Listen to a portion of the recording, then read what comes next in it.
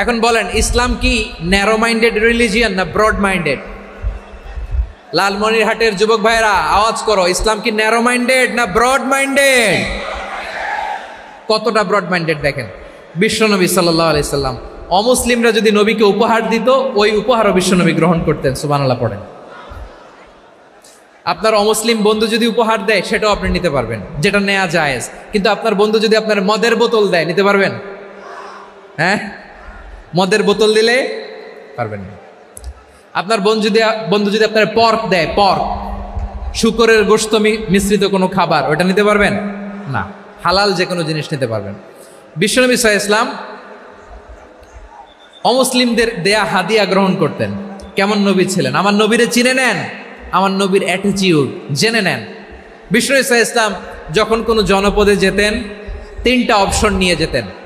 প্রিয় ভাইয়ের আওয়াজ করে বলতে হবে, কোনো জনপদে গেলে আমার নবীর অপশন থাকতো কয়টা? আমার মতো 3 আঙ্গুল উঁচু করে দেখান আর বলুন, আমার নবী কোনো জনপদে গেলে কয়টা অপশন নিয়ে যেতেন? 1 নম্বর অপশন, আসলিম তাসলাম।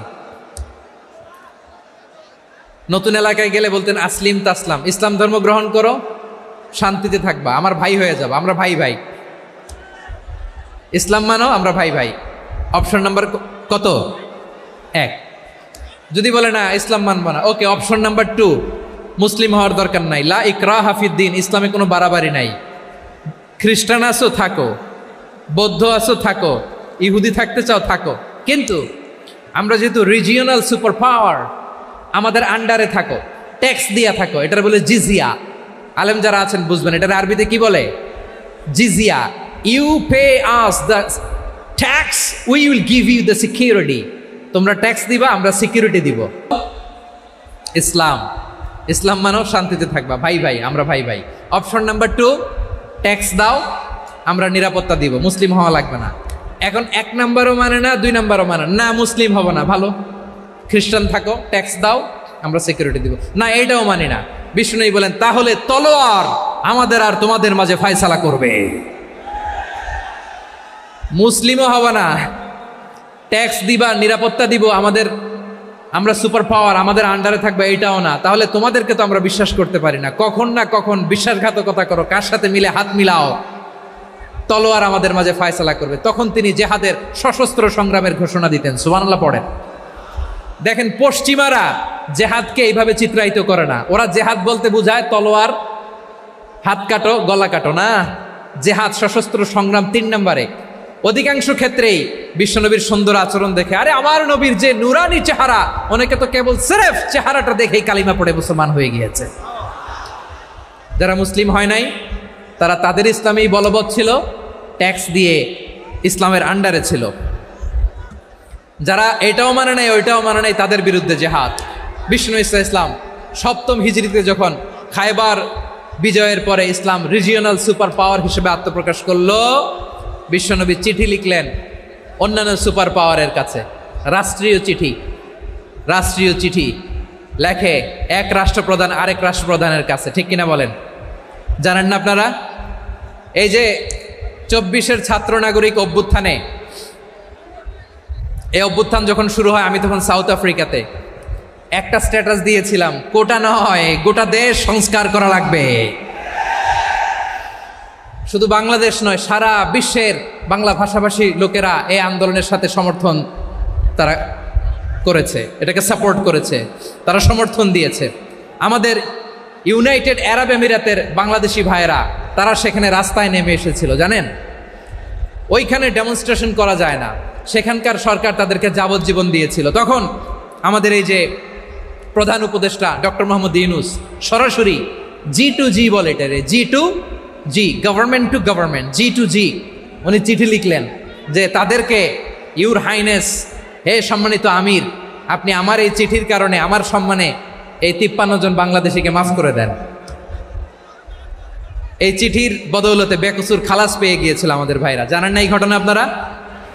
তাহলে গভর্নমেন্ট টু গভর্নমেন্ট চিঠি দেওয়া হয়। 7ম হিজরিতে বিষ্ণু ইসলাম সব সুপার পাওয়ারের কাছে চিঠি দিলেন, রোমান সম্রাটের কাছে, পারস্য অধিপতির কাছে, মিশরের অধিপতির কাছে, সবার কাছে চিঠি লিখলেন। চিঠির ভাষা ছিল এরকম, মিন মুহাম্মাদিন রাসূলিল্লাহ ইলা মুকাউকিস আযীমিল কিবত, মুহাম্মদ রাসূলুল্লাহর পক্ষ থেকে মিশরের বাদশার কাছে, আসলিম তাসলাম, ইসলাম মানো শান্তিতে থাকবা, সালামুন আলা মান ইত্তাবা আল হুদা, শান্তি তার জন্য যে হেদায়েতের অনুসরণ করে। সুবহানাল্লাহ পড়েন। তো এই চিঠি অনেকে ভালোভাবে রিসিভ করেছে, অনেকে এই চিঠি পাওয়ার পরে নবীর কাছে আবার ইন রিটার্ন উপহার পাঠিয়েছে। কি পাঠিয়েছে? উপহার। মিশরের বাদশাহ মুকাউকিস তিনি বিশ্বনবীকে বিশাল এক উপহারের ডালি পাঠিয়েছেন। মিশরের বাদশাহ মুকাউকিস ছিলেন ধর্মে খ্রিস্টান। লালমনিরহাটের ভাইয়েরা আওয়াজ করে বলেন, মিশরের বাদশাহ ধর্মে কি ছিল? খ্রিস্টান। কি উপহার দিয়েছিল আমার নবীকে? শুনতে মনে চায়? আওয়াজ নাই লালমনিরহাটের গলায়, শুনতে মনে যায়? 1000 স্বর্ণমুদ্রা, 1000 স্বর্ণমুদ্রা। 2টা খ্রিস্টান দাসী, একজনের নাম মারিয়া বিনতে শামাউন আল কিবতিয়া, আরেকজনের নাম সিরিন বিনতে শামাউন আল কিবতিয়া। একজন খ্রিস্টান দাস 20 থান কাপড় জামা বানানোর জন্য, আমরা নবী যেন সেলাই করে জামা বানাতে পারে এজন্য 20 থান কাপড়, 20 থান ফাইন গার্মেন্ট। সুবহানাল্লাহ পড়বেন না? এরপরে একটা গাধা যেটার নাম ছিল ওফাইর, আর একটা খচ্চর, এটার নাম ছিল দুলদুল। খচ্চর চিনেন? গাধা আর ঘোড়ার ক্রসিংয়ে যে প্রাণীটা দুনিয়াতে আসে ওটার খচ্চর বলে। তো এই যে সুপার পাওয়ার খ্রিস্টান বাদশার কাছে নবী চিঠি লিখলেন, ওই খ্রিস্টান বাদশাহ আমার নবীকে উপহার দিল। বিশ্বনবী এই উপহারগুলো সানন্দে গ্রহণ করেছে। সুবহানাল্লাহ পড়বেন না? তাহলে অমুসলিম কেউ যদি আপনাকে উপহার দেয়, হালাল উপহার হলে আপনি গ্রহণ করতে পারবেন। অনুরূপভাবে পারস্যের বাদশাহ, রোম সম্রাট বিশ্বনবীকে উপহার পাঠিয়েছেন। আমার নবী সবগুলো উপহার গিফট গ্রহণ করেছেন। সুবহানাল্লাহ বলেন। তাহলে প্রিয় লালমনিরহাট আওয়াজ করে বলুন, ইসলাম কি ন্যারো মাইন্ডেড রিলিজিয়ন না ব্রড মাইন্ডেড? আম্মাজান আয়েশার কাছে মাসালা জানতে চায় মেয়েরা, হে আম্মাজান, অগ্নি উপাসকেরা তাদের ঈদের দিন নওরোজের সময় আমাদেরকে পাখি দেয়, নেওয়া যাবে? উনি বললেন, ওরা জবাই করে দিলে নেওয়া যাবে না, কিন্তু ওরা যদি ফলমূল এরকম খাবার দেয় এগুলো নেওয়া যাবে। তার মানে অমুসলিমদের দেয়া উপহার এটা গ্রহণ করা যায়। সুবহানাল্লাহ বলেন। শুধু তাই নয়, বিষ্ণু ঈসা ইসলাম অমুসলিমদের সাথে আর্থিক লেনদেনও করেছেন, ফিনান্সিয়াল ডিলিং করেছেন। অমুসলিমদের সাথে প্রয়োজনে আপনি ফিনান্সিয়াল ডিলিং করতে পারবেন।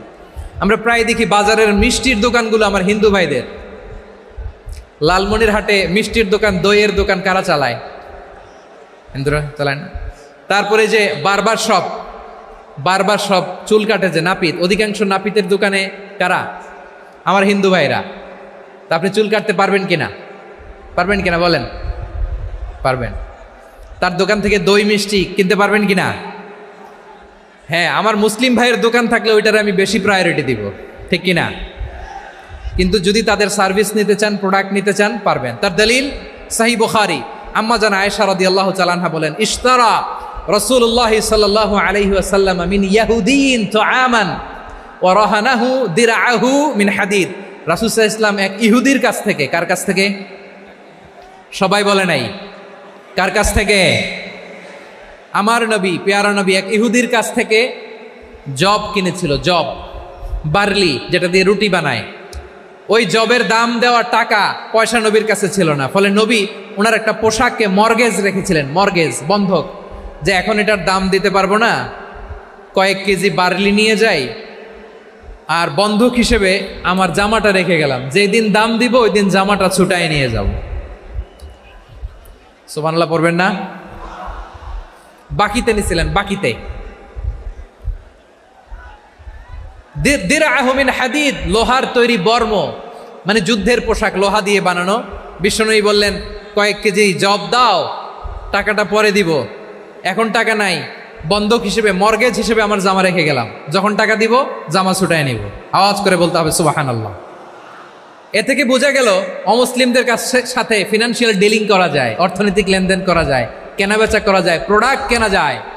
এমনকি আমাদের মসজিদে নববীতে বারান্দায় আপনারা একটা অটোমেটিক ফ্লাইং আমব্রেলা দেখছেন? সূর্য যখন বাড়ে মসজিদে নববীর বারান্দায় ইয়ার্ডের মধ্যে অটোমেটিক্যালি কিছু আমব্রেলা আছে, সাঁ করে খুলে যায়, আর সূর্যের তাপ লাগে না। আবার সন্ধ্যাবেলায় এই আমব্রেলাগুলো ওরা ক্লোজ করে ফেলে, দেখেন নাই না? দেখছেন? এই মসজিদে নববীকে সর্বোচ্চ উন্নত মানের কনস্ট্রাকশন ইনফ্রাস্ট্রাকচারে ডেভেলপ করার জন্য কর্তৃপক্ষ কিছু অমুসলিম ইঞ্জিনিয়ারের ডিজাইনারের সহায়তা নিয়েছিল। সুবহানাল্লাহ বলেন। কোন দলিলের ভিত্তিতে? এই দলিলের ভিত্তিতে যে বিষ্ণু ঈসা ইসলাম অমুসলিমদের সাথেও লেনদেন করেছেন। আওয়াজ করে বলতে হবে আল্লাহু আকবার। শুধু তাই নয়, ইন কেস অফ ইমার্জেন্সি, প্রয়োজনে ইসলামের খাতিরে ইসলামকে সামনের দিকে এগিয়ে নিয়ে যাওয়ার জন্য অমুসলিমদের সাপোর্ট নেওয়া জায়েজ আছে। সুবহানাল্লাহ বলেন। অমুসলিমদের সাপোর্ট নেয়া, তাদের থেকে অর্থ নেয়া, পলিটিক্যাল সাপোর্ট, পলিটিক্যাল অ্যাসাইলাম নেওয়া জায়েজ আছে। আমাদের অনেক বিশ্ববরেণ্য দায়ীরা আমেরিকায় অস্থায়ীভাবে অ্যাসাইলাম নিয়ে থাকে, নিজের দেশে গেলে ফাঁসিতে ঝুলাই দিবে। যুগ যুগ ধরে দায়ীদের উপরে এরকম অত্যাচার আর নির্যাতন আছে না নাই? মিশরের অনেক দায়ীরা পাশ্চাত্যে যেয়ে থাকে। এই যে তারা পলিটিক্যাল অ্যাসাইলাম নিয়ে থাকে, রাজনৈতিক আশ্রয়ে, এটা জায়েজ আছে না? এটা যে জায়েজ আছে তার প্রমাণ স্বয়ং বিশ্বনবী সাল্লাল্লাহু আলাইহি ওয়াসাল্লাম পলিটিক্যাল সাপোর্ট নিয়েছিলেন অমুসলিমদের কাছ থেকে। সুবহানাল্লাহ বলেন। খুব মজাদার একটা ঘটনা, শুনবেন? আপনাদের আগ্রহ দেখে তো মনে হয় না শোনার ইচ্ছা আছে। আছে আছে, গলায় জোর আছে। লিল্লাহি তাকবীর, লিল্লাহি তাকবীর, নারে তাকবীর। মাশাআল্লাহ। আমার ভাইরা, বিশ্বনবীর বয়স তখন প্রায় 51 বছর। কত বছর? বিশ্বনবীর সবচেয়ে কাছের মানুষ খাদিজা রাদিয়াল্লাহু তাআলা আনহা ইন্তেকাল করেছেন। বিশ্বনবী বড্ড কষ্ট পেলেন, হৃদয়টা ভেঙে খান খান। যিনি ঘরের ভেতরে বিশ্বনবীকে সান্ত্বনা দিতেন, ভালোবাসা দিতেন, বাইরে গেলে কুরাইশরা বকাঝকা করে, অত্যাচার করে, কিন্তু আম্মাজান খাদিজা রাদিয়াল্লাহু তাআলা আনহা ঘরটারে এমন শান্তির নীড় বানায় রেখেছেন, এই ঘরের ভিতরে ঢুকলে বিশ্বনবীর কলিজাটা ঠান্ডা হয়ে যেত। এজন্য রব্বুল আলামিন বলেন, খাদিজা, ও আমার বান্দি খাদিজা, জান্নাতে এমন স্পেশাল একটা ঘর আমি তোমার জন্য রেডি করে রেখেছি। ওই ঘরের মধ্যে কোনো আওয়াজ নাই, ওই ঘরের মধ্যে কোনো নয়েজ নাই, ওই ঘরে কোনো বিশৃঙ্খলা নাই। কারণ মক্কার জমিনে আমার নবী কুরাইশদের বিশৃঙ্খলা, নয়েজ আর ঝামেলাগুলোকে উপেক্ষা করে যখন তোমার ঘরের ভিতরে ঢুকতো, ঘরটারে তুমি শান্তির নীড়, ঠান্ডা, নীরব, নিস্তব্ধ, নিঝুম আর শান্তির নীড় বানিয়ে রেখেছ। এজন্য জান্নাতে স্পেশাল একটা শান্তির নীড় আমি তোমারে উপহার দেব। ওই প্রিয়তমা স্ত্রী খাদিজা ইন্তেকাল করলেন, বিশ্বনবীর হৃদয় ভেঙে খান খান। আবার ওনার চাচা আবু তালেব ইন্তেকাল করলেন, যিনি পলিটিক্যাল শেল্টার দিতেন নবীকে। কে দিতেন? আবু তালেবের ভয়ে, বিশ্বনবীর এই চাচার ভয়ে কোনো মুশরিক নবীর গায়ে হাত দেওয়ার সাহস পায় নাই। এখন স্ত্রীও নাই, চাচাও নাই, নবীকে আশ্রয় দেওয়ার কেউ নাই।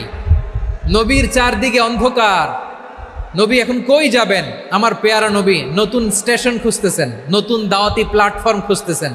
তিনি যায়েদ বিন হারেসা রাদিয়াল্লাহু তাআলা আনহুকে নিয়ে মক্কার পাশের একটা নেইবরিং সিটি তায়েফে চলে গেলেন। কোথায় চলে গেলেন? লালমনিরহাটের ভাইয়ের আওয়াজ করে বলেন, কোথায় গেলেন? তায়েফে চলে গেলেন দিনের দাওয়াত দেওয়ার জন্য। কি দেওয়ার জন্য? নাকি জমি কিনতে গেছিলেন? জমি কিনতে? দুনিয়ার যশ খ্যাতির জন্য?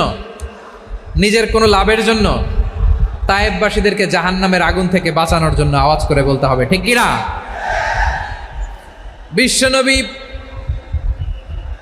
বিশাল মরুপথ, পাহাড়ি পথ পাড়ি দিয়ে তায়েফের মরুজমিনে গেলেন কোরআনের দাওয়াত নিয়ে, ইমানের দাওয়াত নিয়ে। কিন্তু তায়েফের লোকেরা বিশ্বনবীর দাওয়াতকে শুধু প্রত্যাখ্যান করেই থামে নাই, তারা বিশ্বনবীর সাথে অত্যন্ত খারাপ আচরণ করেছে। বিশ্বনবীকে শারীরিকভাবে হেনস্থা করেছে, আমার নবীকে শারীরিকভাবে অত্যাচার করেছে, আমার পেয়ারা নবীর গায়ে পাথর মেরেছে, বিশ্বনবীর গা বেয়ে ঝরঝর করে রক্ত ঝরেছে, নবী জামিনের মধ্যে লুটিয়ে পড়েছেন, আবার মেরেছে, আবার নবী হাঁটতে শুরু করলেন, পেছন থেকে আবার মেরেছে, আবার নবী রক্তাক্ত হয়ে জামিনের মধ্যে লুটিয়ে পড়লেন, আবার মেরেছে। বিশ্বনবীর মতো এত সুশ্রী মানব, বিশ্বনবীর মতো এত শুভ্র মানব, বিশ্বনবীর মতো এমন চমৎকার দেহাবয়ব দিয়ে রব্বুল আলামিন কাউকে বানান নাই। এরকম চমৎকার মানুষটাকে তারা তায়েফের ওই জমিনে রক্তাক্ত করেছে। বিশ্বনবী দুনিয়ার কোনো স্বার্থের জন্য সেখানে যান নাই, নিজের কোনো লাভের জন্য, প্রাপ্তির জন্য যান নাই, তায়েফবাসীদের জাহান্নামের আগুন থেকে বাঁচাতে গিয়েছেন। ঠিক কিনা বলেন? খেয়ে না খেয়ে দিন প্রচারের কাজে নিজেকে দিয়েছ বিলিয়ে, তায়েফের কাফিরেরা চিনল না সে আলো, দুষ্ট ছেলেদের পিছু দিল লেলিয়ে। পাথরের আঘাতে ক্ষত বিক্ষত হয়ে সারা শরীর থেকে রক্ত ঝরে। হে রাসূল তোমাকে ভুলি আমি কেমন করে, হে রাসূল তোমাকে ভুলি আমি কেমন করে। পারেন না আপনারা? ধরুন আমার সাথে। হাজার ব্যথা বেদনার পরে ফিরে আসনি তুমি আপন ঘরে, দিনের আলো তুমি ছড়িয়ে দিতে, চলে গেলে মদিনায় মক্কা ছেড়ে। হে রাসূল তোমাকে ভুলি আমি কেমন করে, হে রাসূল তোমাকে ভুলি আমি কেমন করে। ঠিক কিনা বলেন? প্রিয় ভাইরা, তায়েফের ছেলেরা নবীকে রক্তাক্ত করলো। আমার নবী কই যাবে? কই যাবে? মক্কায় জায়গা নাই, তায়েফে জায়গা নাই। তায়েফ থেকে ভারাক্রান্ত মন নিয়ে আমার নবী মক্কায় ফিরে আসলেন। বিশ্বনবী মক্কায় ঢুকতে পারেন না। মক্কার মরুভূমির দিকে তাকিয়ে, উপত্যকার দিকে তাকিয়ে বিশ্বনবী ধা ধা করে কাঁদেন, ঝরঝর করে। নবীর চেহারা মোবারক থেকে চোখের পানিগুলো বেয়ে বেয়ে পড়ে। আমার জন্মস্থান, আমার শৈশব, কৈশোর, যৌবন কেটেছে এই মক্কায়, আমার এলাকায় আমি ঢুকতে পারি না। বিশ্বনবী মক্কার অনতি দূরে দাঁড়িয়ে জায়েদকে পাঠালেন, জায়েদ যাও দেখো কেউ আমাকে সাপোর্ট করার মতো আছে কিনা, যাও অমুকের কাছে যাও। জায়েদ গেলেন, তারাও প্রত্যাখ্যান করে ফিরিয়ে দেয়। বিশ্বনবী বললেন যাও অমুক লোকের কাছে যাও, তিনিও প্রত্যাখ্যান করে ফিরিয়ে দিলেন। কেউ বিশ্বনবীকে আশ্রয় দিতে রাজি হয় না। নিজ জন্মভূমিতে বিতাড়িত বিশ্বনবী, সর্বশেষ বিশ্বনবী বললেন যাও মুতঈম ইবনে আদির ঘরে যাও। মুতঈম ইবনে আদি মুশরিক, তার কাছে যাও। গেলেন, মুতঈম ইবনে আদি রাজি হয়ে গেল। সুবহানাল্লাহ বলেন। দেখেন, অনেক বিপদের সময়ও আমি নিজে সাক্ষী, সামাজিকভাবে, রাজনৈতিকভাবে কত ঝঞ্ঝা, কত ষড়যন্ত্র, কত কনস্পাইরেসি পাড়ি দিয়ে আমাদেরকে সামনে এগিয়ে যেতে হয়। এই শত্রুদের ভেতরেও একজনকে দাঁড় করিয়ে দেয় যে আল্লাহর কোরআনের জন্য রেডি হয়ে যায়। পড়েন সুবহানাল্লাহ। মুতঈম ইবনে আদি, আল্লাহ তার মনকে নরম করে দিলেন। মুতঈম বলে, মুহাম্মদ আমি তোমাকে আশ্রয় দিব। তার দুই ছেলেকে পাঠালেন, যাও খোলা তলোয়ার নিয়ে, স্কট দিয়ে, গার্ড অফ অনার দিয়ে মোহাম্মদকে মক্কায় ঢুকাও, আর বলো আমি আমান দেব। আমান কি দিব? আমান মানে সিকিউরিটি, নিরাপত্তা। সিকিউরিটি ছাড়া, আমান দেওয়া ছাড়া কেউ থাকতে পারতো না মক্কায়। দুই ছেলে বিষ্ণু ইসা ইসলামকে নিয়ে আসলো। নবী কাবার চারদিকে তাওয়াফ করলেন, নামাজ পড়লেন। আবু জাহেল, উতবা, শাইবা, ওয়ালিদ ইবনে মুগীরা সবাই দেখে, কেউ কিছু করতে পারে না। কারণ মুতঈম ইবনে আদি ঘোষণা দিয়েছেন আমি মুহাম্মদকে আমান দিয়েছি, মুহাম্মদের গায়ে যেন কেউ স্পর্শ না করে। আওয়াজ করে পড়েন সুবহানাল্লাহ। নবীর এই বিপদকালে মুহূর্তে মুতঈমের হৃদয়টারে নরম করে দিল কে? আচ্ছা লালমনিরহাটের ভাইয়েরা বলেন, এই মুতঈম কি মুসলিম ছিল না মুশরিক? সবাই বলতে হবে মুসলিম না মুশরিক? তাহলে মুশরিকের কাছ থেকে নবী পলিটিক্যাল অ্যাসাইলাম, আধুনিক রাষ্ট্রবিজ্ঞানের ভাষায় পলিটিক্যাল অ্যাসাইলাম, যেটাকে বলে রাজনৈতিক আশ্রয়, ওনার আমান বা নিরাপত্তার এই ঘোষণায় তিনি মক্কায় ঢুকলেন। যতদিন নিরাপত্তা ছিল ছিলেন। মুতঈম যখন মারা গেল, বিষ্ণু ইসা ইসলাম হিজরত করে মদিনায় চলে গেলেন। সুবহানাল্লাহ। কিন্তু মুতঈম যে বিশ্বনবীর উপকার করছে এটা বিশ্বনবী ভুলে নাই। আমাদের অনেকে আছে উপকার করার পরে আর খেয়াল থাকে না, খাওয়ার পরে গলা দিয়ে নামলে আর খেয়াল থাকে না। এরকম আছে না নাই? আমার নবী ভুলে নাই। বদরের প্রান্তরে 70 জন কাফেরকে যখন বন্দি করে বিশ্বনবীর সামনে হাঁটু গেড়ে দাঁড় করানো হলো, বসানো হলো। 70 জন কাফের, কয়জন?